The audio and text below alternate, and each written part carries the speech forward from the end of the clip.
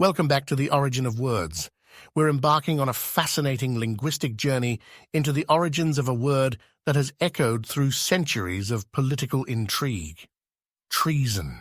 Grab your counterfeit passport and a go bag, because we're delving deep into the etymological origins of a word that is steeped with patriotism, betrayal, and espionage.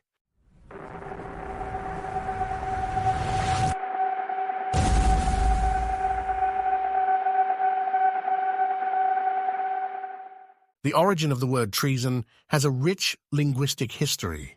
It originated from the Old French word trahison, which means betrayal or deceit. It is derived from the verb trahir, which means to betray or to deceive.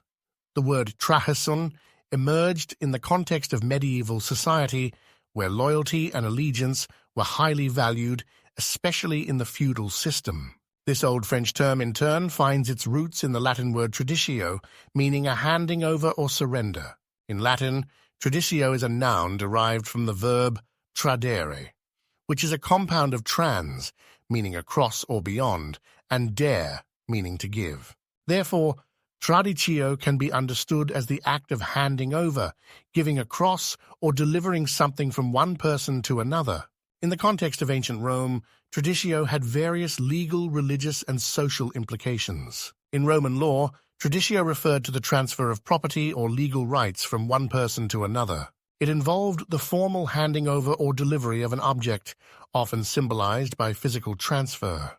This concept was crucial in the Roman legal system, where property rights and ownership were significant aspects of social and economic life. In the context of Roman religious practices, traditio could also be associated with the handing down of religious rituals, traditions, or teachings. The transmission of religious knowledge and practices from one generation to the next was an essential aspect of Roman religious life. The use of the word trahison in Old French literature and legal texts indicates its significance in the medieval understanding of loyalty and fidelity. The feudal system, which characterized much of medieval Europe, was based on a network of reciprocal relationships and obligations between lords and vassals. Betrayal of these bonds, whether through acts of disloyalty, conspiracy, or rebellion, was considered a grave offense. Moreover, the notion of trahison extended beyond personal relationships to encompass acts against the state or ruler. This broader interpretation of betrayal became particularly relevant in the political context, where loyalty to the monarch or sovereign was crucial for maintaining order and stability. The concept of treason took a distinct shape in English law during the Middle Ages. The Statute of Treasons in 1351 defined various acts as treasonous during the reign of Edward III. These acts included levying war against the king, aiding the king's enemies, and imagining the king's death. The severity of punishment for treason often reflected the political climate of the time. High-profile historical events, such as assassinations, rebellions, and political upheavals, often involved individuals accused of treason and influenced the cultural perception of treason as a negative and punishable offense. Identifying the most notable historic figures who committed treason is subjective, as it depends on the historical context, perspective, and the gravity of their actions. Here are 3 individuals in recent history who are considered notable for their acts of treason.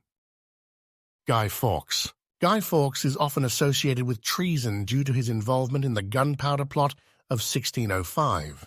The Gunpowder Plot was a failed conspiracy to assassinate King James I of England and members of the Parliament by blowing up the House of Lords during the state opening.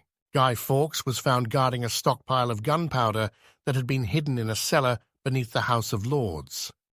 The plot was uncovered, and Fawkes was arrested before he was able to set off the explosives. Benedict Arnold. Benedict Arnold was an American military officer during the American Revolutionary War. Initially, he fought for the Continental Army and earned praise for his leadership. He played a crucial role in the capture of Fort Ticonderoga in 1775. And led the American forces in the Battle of Saratoga in 1777, where he was severely wounded. While serving as the military commander of Philadelphia in 1780, Arnold began secret negotiations with British Major John Andre. Arnold agreed to surrender the strategic fort at West Point, New York, to the British in exchange for money and a commission in the British Army. Benedict Arnold's name is now synonymous with betrayal and treason. His actions had a lasting impact on the perception of loyalty and trust in American history. Aldrich Hazen Ames. Aldrich was a high-ranking CIA officer who, over several years in the 1980s, betrayed the United States by spying for the Soviet Union and later Russia. Ames began passing classified information to the Soviet Union. His position within the CIA granted him access to sensitive intelligence, including the identities of CIA assets and ongoing operations. Ames compromised a significant number of CIA assets, leading to their capture and, in some cases, execution. Ames's primary motivation for betraying his country was financial. He was experiencing financial difficulties, driven in part by a lavish lifestyle. Ames's activities raised suspicions within the CIA, but his high-level security clearance allowed him to evade detection for several years. As the CIA intensified its efforts to uncover moles within the agency, Ames's name surfaced as a suspect. The FBI, along with the CIA's own investigation, eventually led to Ames's arrest and conviction in 1994. Ames's betrayal was one of the most damaging cases of espionage in U.S. history, leading to the loss of numerous intelligence assets and severely compromising American intelligence efforts during the late Cold War period. And there you have it, folks. The word treason has a journey that spans centuries and continents, evolving from its Latin roots to becoming a pivotal concept in legal and political arenas. If you found this linguistic journey as fascinating as I did, don't forget to give this video a thumbs up, subscribe, and share your thoughts in the comments below. Thanks for watching.